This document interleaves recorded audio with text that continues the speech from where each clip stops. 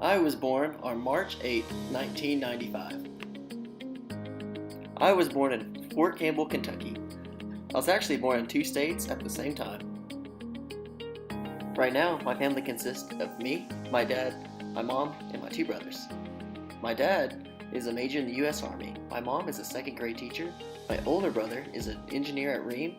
I work at Old Dominion Freight Line, and my little brother is a senior at Southside High School.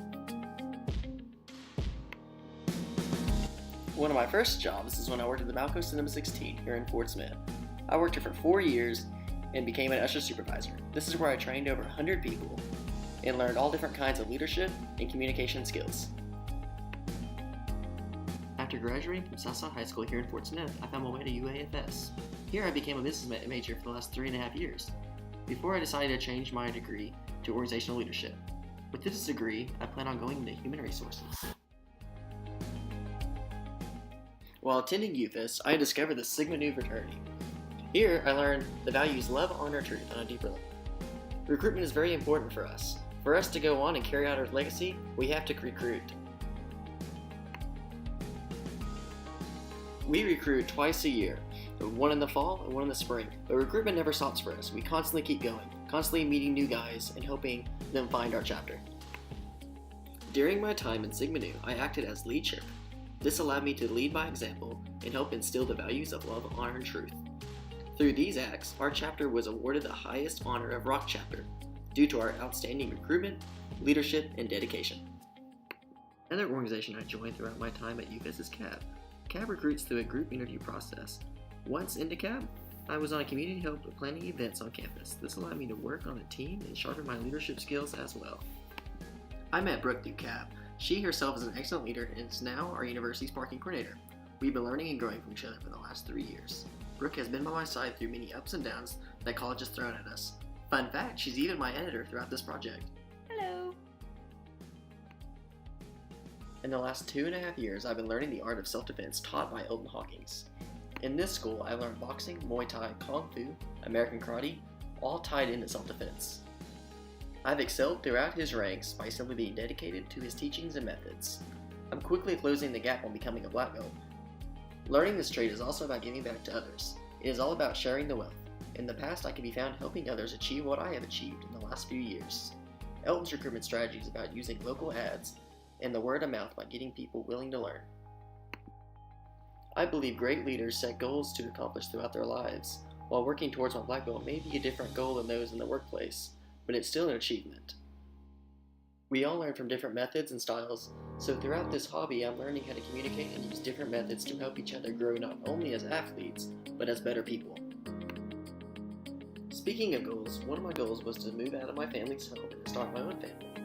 A year ago, Brooke and I added one more member to our little family. We rescued our dog Zoe, who has filled our lives even more with happiness. I've been with Old Dominion Freight Line for over a year now. I discovered their ad through UFES Career League. While going through the interview process, I learned of a connection throughout my soon-to-be boss and Elton Hawkins. Turns out they grew up together and they were best friends. I became a dock worker and learned the trade of bagging and strapping freight that we were shipping across North America. Soon, with a little bit of forklift experience, I was ready to unload and load the trailers that our drivers brought in. 4 months later, I received a promotion to become a clerk for the company.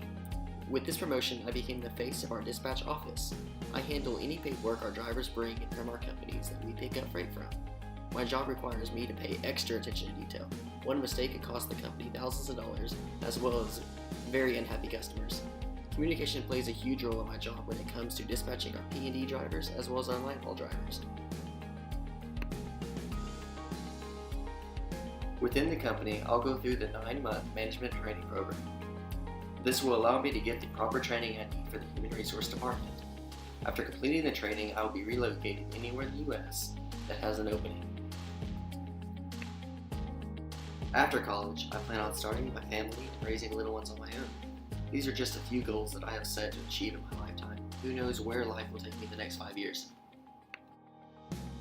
Throughout this project, we talked about many things: goals, values, learning styles, and even some connections. However, most of my life has been shaped by recruitment in some shape or form.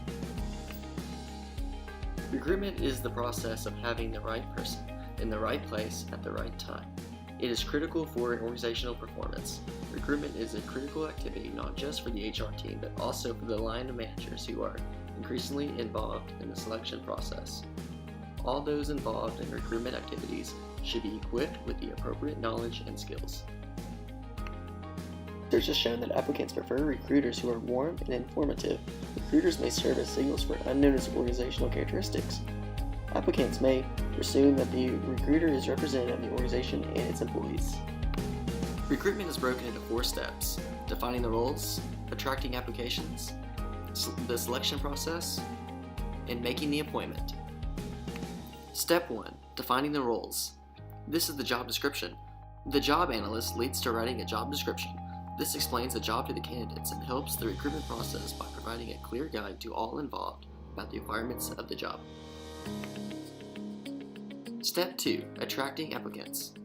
Step 2 is dealing with the internal and external methods. Internal. It is important not to forget about the internal talent pool in recruiting. Providing opportunities for development and career progression increases employee engagement and retention and supports future planning. For the external methods, there are many options available for generating interest for individuals outside the organization. These include placing advertisements in trade press, newspapers, on billboards, and on the organization's website. Social networking sites are also increasingly being used as a big part of the recruitment process. Step 3. The selection process. Selection decisions should be made after using a range of tools appropriate to the time and resources available. Care should be taken to use techniques which are relevant to the job and the business objectives of an organization. All tools should be used to evaluate and constantly reviewed to ensure their fairness and reliability. Step 4. Making an offer. Offers to an employment should always be made in writing. It is important to be aware that a verbal offer to an employment made in an interview is a legal binding as a letter to the candidate.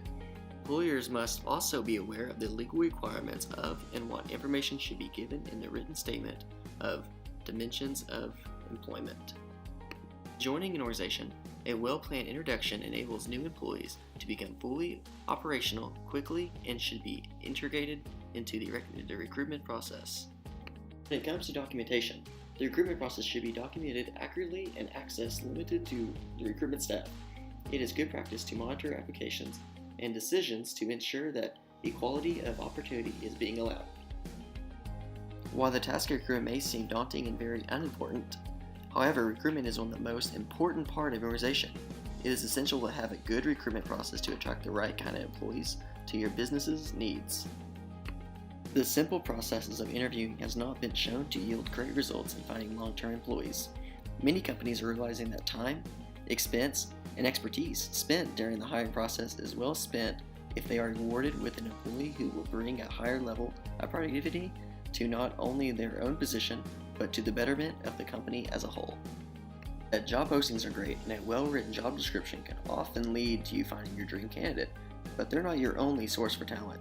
Sometimes the best way comes from using out-of-the-box thinking, such as a targeted recruiter search or outreach to your own network.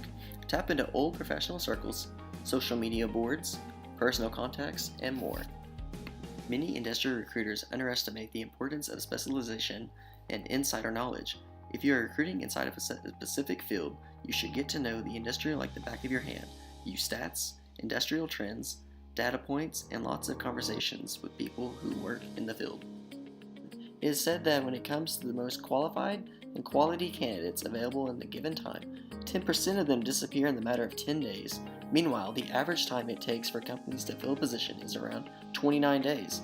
So the quicker you are in the draw, and the less hesitation you are in the process, the better luck you'll have finding the best candidates for the job. Thank you for following along throughout my video project.